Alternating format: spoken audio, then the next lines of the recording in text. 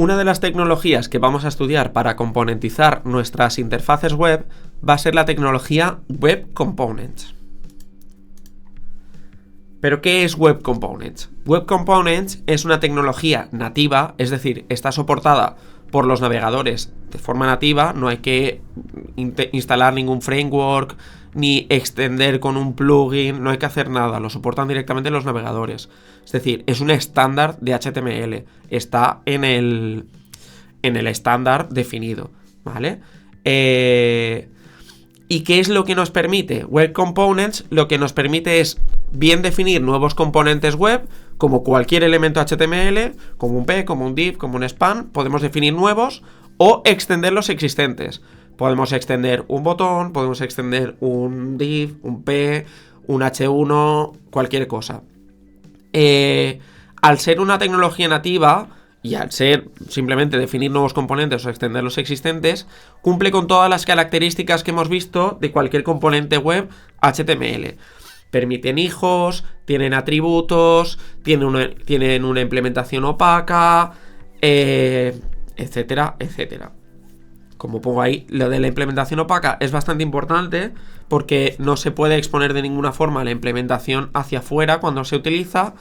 Y hay otra cosa que los hace muy muy interesantes y es que pueden ser totalmente estancos. Es decir, así como los elementos HTML se les puede aplicar estilos por encima, podemos hacer que nuestros elementos, nuestros web components, tengan los estilos contenidos internamente de forma que no se puedan tocar. ¿Para qué? Para que tener la seguridad de que cuando yo defino un componente, nadie cuando lo utilice puede modificar o bien su comportamiento o bien la forma de visualizar hasta cierto punto, porque luego se pueden estilizar, evidentemente.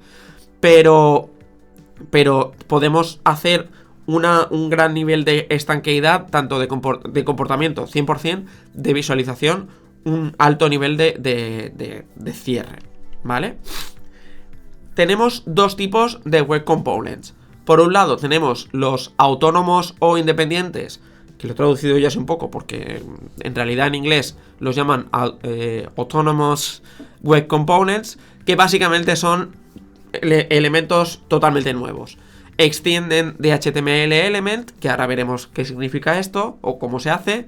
Y por ejemplo, un ejemplo de componente autónomo independiente podría ser un pop-up, que no hereda de nada, no tiene nada que ver con ningún componente HTML existente.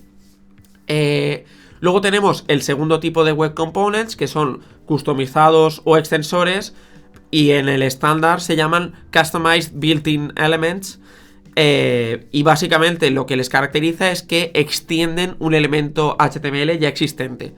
Extendemos un paragraph, extendemos un button, cualquiera, vamos, al final cualquier elemento HTML se puede extender. Pues un ejemplo que pongo aquí, un botón que extendemos para que contenga siempre una imagen. Ahora vamos a ver cómo lo hacemos con código, los dos tipos. En primer lugar, vamos a ver el componente de pop-up que he comentado como ejemplo, cómo lo haríamos, ¿vale? Para definir un componente pop-up, crearíamos una nueva clase de JavaScript. No vamos a entrar en cómo son las clases de JavaScript, toda esta parte. Simplemente creedme cuando va así y en componentes en cliente os lo explicará mejor. Pero definiríamos una clase pop-up que extiende de HTML element, ¿vale? Importante que extienda esta clase. Esto es herencia de clases, ¿vale? Es la herencia de clases de JavaScript. Y lo que haríamos sería definir un constructor que llama al super, ¿vale? Porque siempre tenemos que llamar al super para que construya como si fuera un HTML element.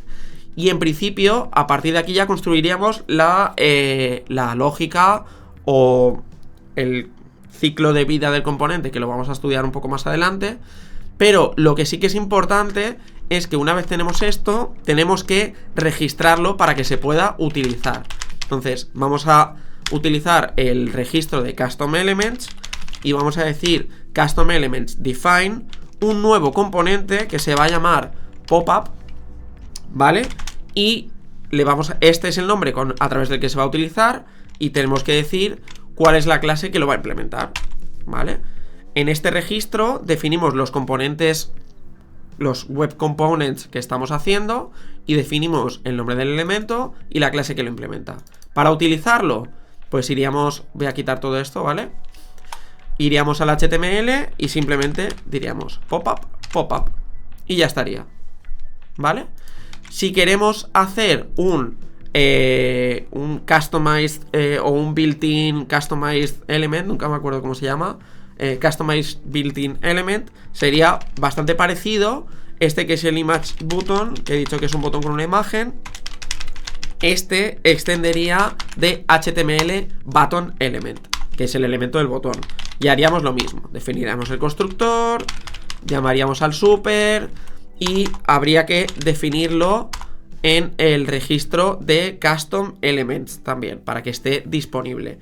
Para utilizarlo sí que es un pelín distinto, ¿vale? Porque tenemos que utilizar un tweak pequeñito, que vamos a decir que el elemento se llama ImageButton, la clase que lo implementa es ImageButton, perdón, esto es una coma, y que le vamos a decir que extiende de button, ¿vale? Perdón, con comillas, de button, ¿vale? Y cerramos. Así estamos definiendo que un componente nuevo que se llama ImageButton, que lo implementa la clase ImageButton y que extiende al botón. Para utilizarlo no vamos a utilizar directamente ImageButton, lo que vamos a hacer es utilizarlo con la siguiente sintaxis. Definimos un button y vamos a decirle que es ImageButton, ¿vale? Y ya estará utilizando nuestro componente.